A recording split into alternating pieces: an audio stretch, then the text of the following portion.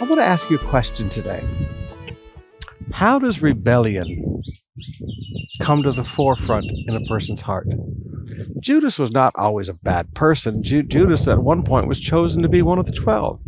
Judas had followed Jesus. Judas had seen miracles done as he laid hands on the sick. Judas had cast out demons.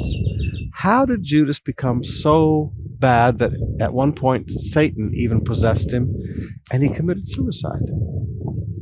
How does such a thing happen? Well, let me show you what I call the trigger of rebellion. Right after Jesus is anointed in Bethany, Judas is very upset because Jesus got this great blessing. And Judas criticizes Jesus. He said, "This is wasteful," and Jesus corrects him.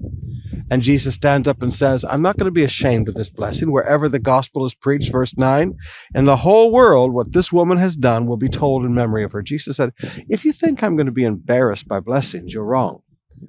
But notice the two triggers. Then Judas Iscariot, who is one of the 12, went to the chief priests in order to betray him to them. Blessing and correction. When a leader is blessed by God, and then someone criticizes it and they are corrected.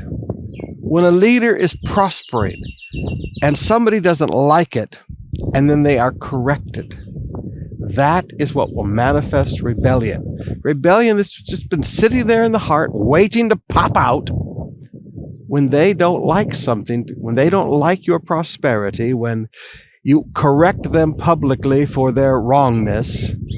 All of a sudden, you have a tiger by the tail. You have a rebel that is manifested. So I teach young pastors and I teach young leaders. You have to understand this. You have to understand that there are some people, because of their greed, they don't want you to prosper.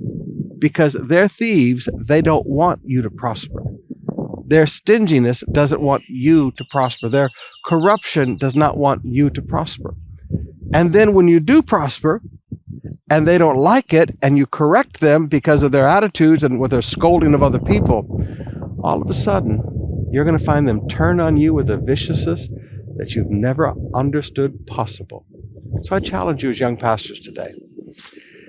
Sometimes the prosperity is not worth it. Sometimes you just need to let God bless you. And sometimes you just need to let God bless you and then duck. Remember, Jesus told young pastors in Mark 10 that in this life you're going to receive 100-fold return for all of the prosperity that's come to you with persecution. Thank you for joining us today.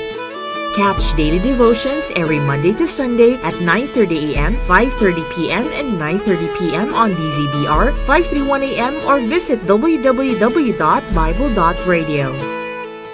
On April 15, Good Friday, we invite you to the annual School of the Cross in all Cathedral of Praise campuses. Learn the real story, the biblical truths and historical facts surrounding the sacrifice and triumph of Jesus Christ on the cross. Plan the trip of a lifetime. See the Bible come to life and join COP Israel Tour 2023. For inquiries, message us now at 0998-583-9781 or at facebook.com/cop.israeltour. You may also send an email to israeltour@cathedralofpraise.com.ph.